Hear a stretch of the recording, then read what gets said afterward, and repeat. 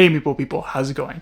In this video, we're going to be talking about Nut Hunt. This is a game for 1 to 5 players, takes about 30 minutes to play, and is for ages 10 and up. This is a game that Sarah and I bought at Gen Con 2022. Well, really, we placed our pre-order at Gen Con 2022, and then we just recently got this game in the mail. We're very excited about it.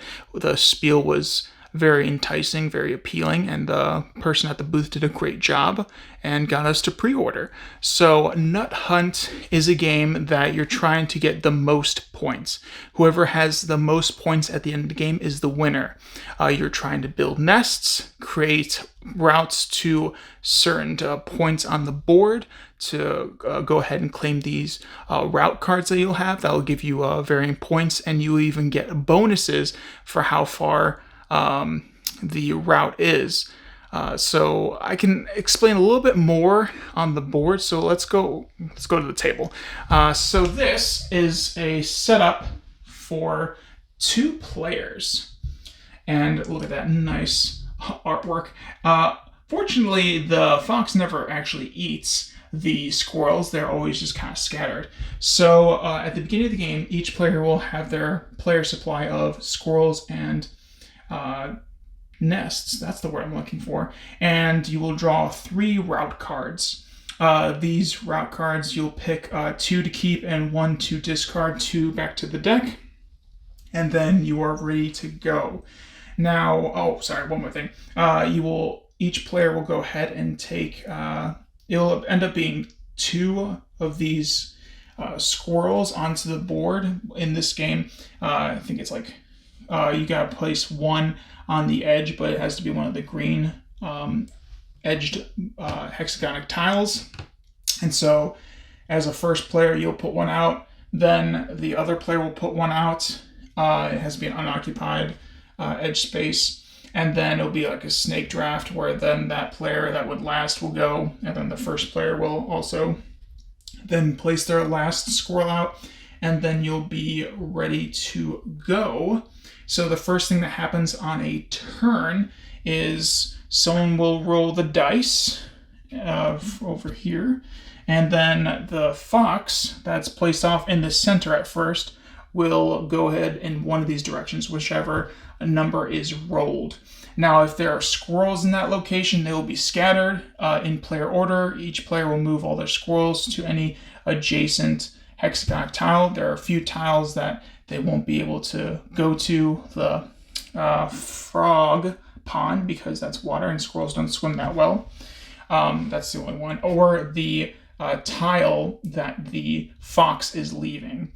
And then from there, the active player, the player that rolled the dice and moved the fox on the board, will be able to forage for 2 nuts wherever the fox landed.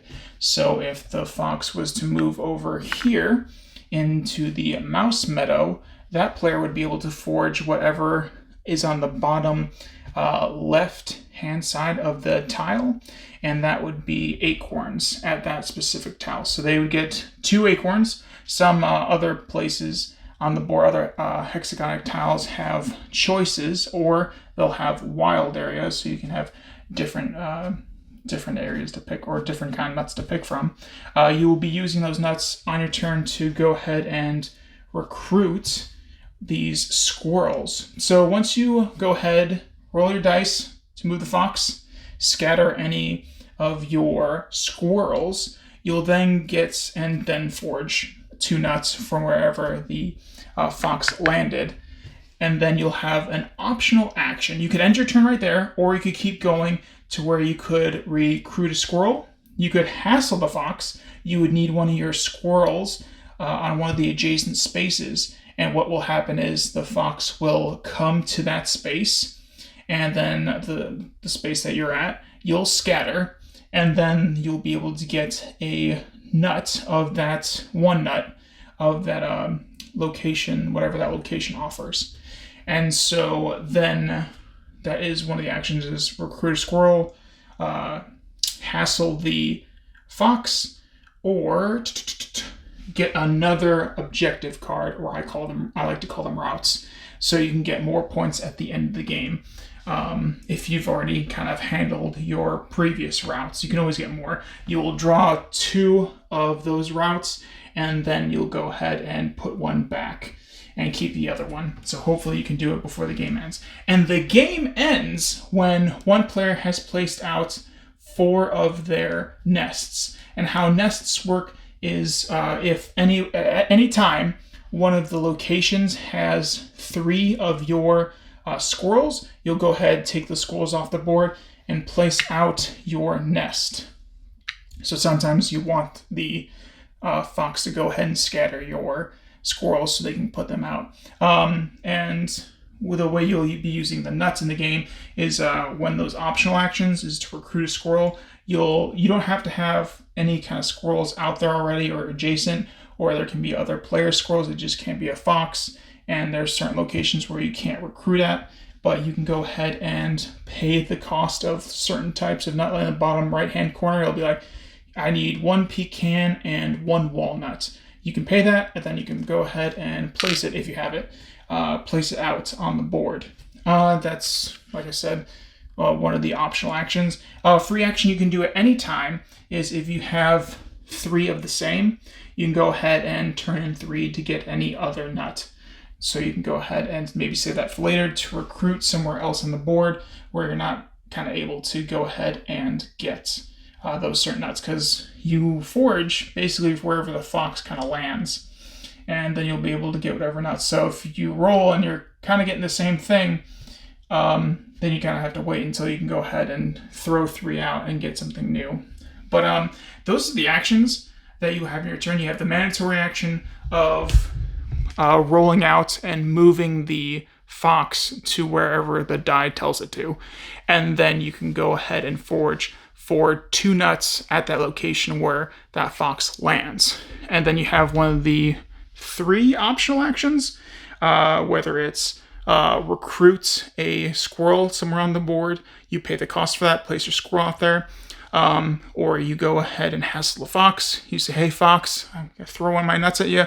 Come over here, and then you can scatter the players or the squirrels at that location. So you can get yourself maybe to where you can have 3 squirrels at a certain location so you can make a nest. And last but not least is going ahead and getting another one of those objective cards, or I like to call them routes, because, just the ticket to ride aspect. I like that a lot better. And again, with those routes, you have to score them at the end of the game. You have to go ahead and have one of your nests in that route. So from one end to the other, there can be squirrels, and then there has to be at least 1 nest in that route. So you can go ahead and score at the end. If you don't, that's 2 points you lose at the end of the game, which can be pretty detrimental if right before the game ends, the fox scatters your squirrels and they go ahead and run. Now, another interesting thing about the nests is if you have a nest in a location, that stays, even if the fox comes in. Foxes don't move nests, they don't scatter nests, so nests are ways to okay, I need this area in my route, and I feel like this is the route that the fox is just kind of trampling through. So as long as I have this nest here, the fox will he won't do anything to nest. He can't. It's hunkered down. It's fortified. But yeah. So you can kind of see through my very quick overview that this game you can place out your squirrels, and the only way they move is if the fox goes ahead and pushes them around. You can even keep recruiting on future turns. Like each turn, you can recruit a squirrel in the same spot, but you just have to be able to have those resources to go ahead and get that squirrel there.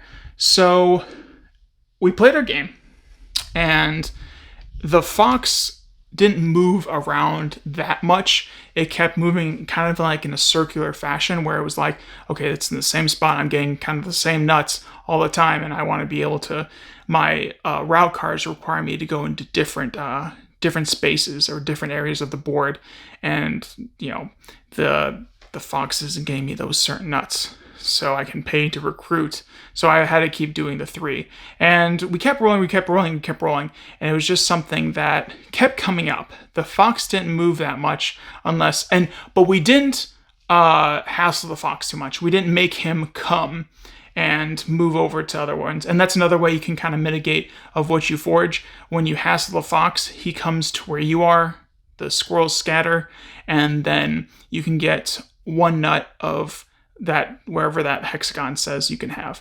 And so you can pick something, that way. That's another way you can get, more nuts in a turn. And it was just, I don't know, we did that a few times, and it didn't seem to move him that much, but we didn't do it like a lot. We didn't do it, I didn't do it every turn. We didn't do it like I didn't do it, then she didn't do it. It was just, I don't know, it seemed like the fox kind of just went in a circle, and it was kind of frustrating that the fox didn't have too much, it was so random, and it just unpredictable that you could kind of predict what was going on, but it was almost like, okay, whoever gets, what they need first through the fox landing on certain spaces, yeah, you might win. And also when the fox moves and pushes squirrels into other adjacent areas, sometimes that reaction caused nests to be made, because once you have 3, you can't be like, oh, I'm going to do that. No, initially, like not initially, at that instant moment, you have to go ahead and make a nest. And so it was kind of like, hey, you could go place your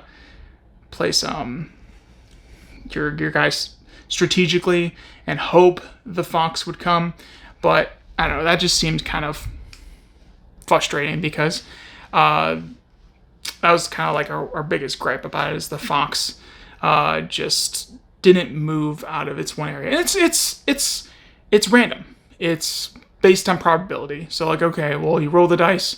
Hopefully he will go in the way you want to. And if he doesn't, well, hopefully you have a squirrel next to him or adjacent to his space to lure him in a certain direction. But we did that sometimes, and then he just went right back to the other space the next turn when the other player would go ahead and roll a die. So we don't know. They gave us a silk bag in the game. We don't really know what that was for, but I was thinking after the game, it's like, okay, well, I think maybe something that would help this game out is if they had tokens where it was 1 to 6. You shook the token bag and you were able to pick something out. We thought that would be something interesting to kind of make the game a little more maybe predictable or maybe more random, and not so like, okay, well, not drawing the same thing every time, because sometimes we were rolling the same thing each and every turn, and it was like back and forth, back and forth. I was like, oh my gosh, like, is he going to move anywhere else?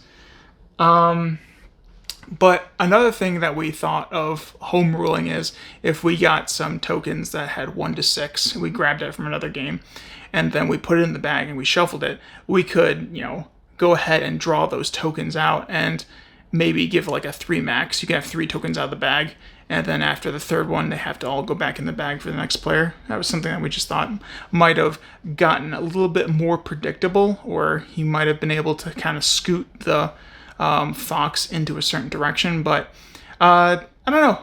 I don't mind randomness in games, but sometimes it just doesn't it just doesn't really work out, to where sometimes the game just like the randomness really hurts the game.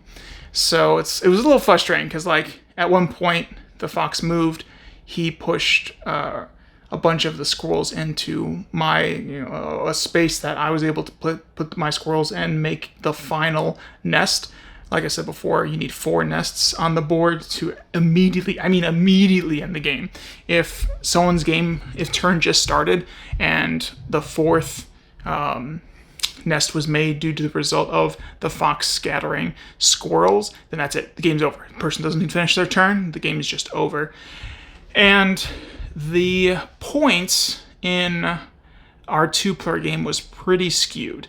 So Sarah had, I think, about 8 points, and I had like something along the lines of like double digits.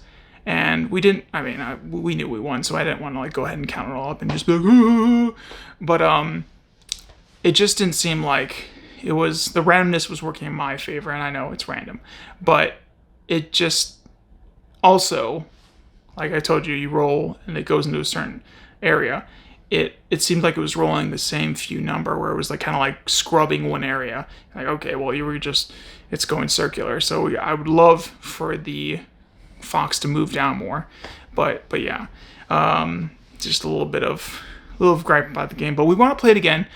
Something I forgot in the rules for a 2-player game, which I'm glad I forgot about. In a 2-player game, there's a variant for 2-player that once someone makes a nest, and if there are other, a nest is another way to scatter other squirrels or your squirrels. If you were somehow gotten 4 squirrels in there, you'd scatter everything, or you'd scatter your opponent's squirrels. I mean, and in this variant, it's also called a competitive variant, where you would get rid of someone else's squirrel. Like, one squirrel would go. If they had 2 squirrels there, one of them would go back to their supply, and the other would go ahead and run to an adjacent square. And so that was kind of, I don't know, it was a little too much take that, or like, I don't know. In our game, it felt like if we played that, it would have been salt on the wound, because Sarah's strategy just wasn't working out, because the Fox was helping me more than her, and it was just because of where my routes were. And I was like, oh, cool, you're pushing me into the routes that I need. It's just, I don't know. We definitely want to try the game again. I don't want to like kind of bash this one, because it is interesting. I thought it was kind of cool to use the Fox and have, like, lure the fox, hassle the fox, and make it move other squirrels into other areas. But it just seemed also like I kind of got frustrated, because at one point I was like, okay, I lured you over here, keep coming over here. And obviously, the random of the dice, the randomness of the dice, it was like, you rolled the die, oh, you're going back to the same 4 hexagonic tiles that you've been at the entire game. It's like, I mean, it just might be just the nature of the beast of a game of rolling dice and probability and randomness, especially randomness. And so randomness might be kind of the weakness of this game. So I would love to know, if you have this game, if you had a similar problem of rolling the die and the die was making, the Fox was staying in a circular fashion, or if you might have some kind of suggestion of a house rule to maybe fix this. And I hate to say fix this. It works. It's just the randomness is kind of the like I said, the weakness of this game. But other than that, I really like the artwork. It's very cute. The bits are very very well done. Let's see if I can get it. There we go. It's an itty bitty squirrel, and the squirrel tokens are all different, and they're shaped just a little differently for each one. But yeah, they did a great job on that. I forgot on how much we paid for the game, but I mean, it's like a Kickstarter sometimes. If it's not an expensive Kickstarter, you kind of like, you paid it, and then a year later, the game shows up. But this was a pre-order, so it was a little less time than that. But yeah, I am excited to play it again. I definitely want to, try luring or hassling or harassing the fox more, to see if I can't move the fox more across the board and see what that does. Because I did a lot of just recruiting and getting my squirrels out there, which ticks up the game, because if you have more squirrels out there, there's a better chance the fox pushing them together. Like, you as the player have the choice of where the squirrels go.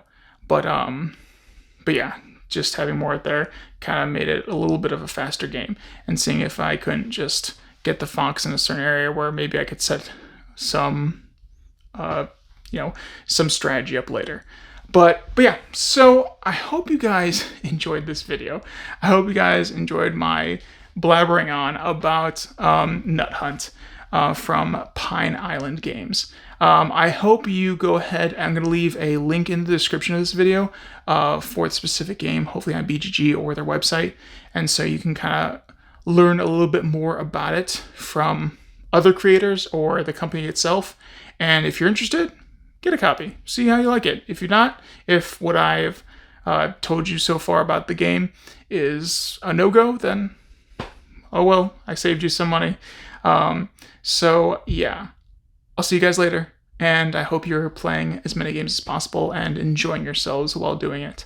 All right, talk to you guys later. Toodles!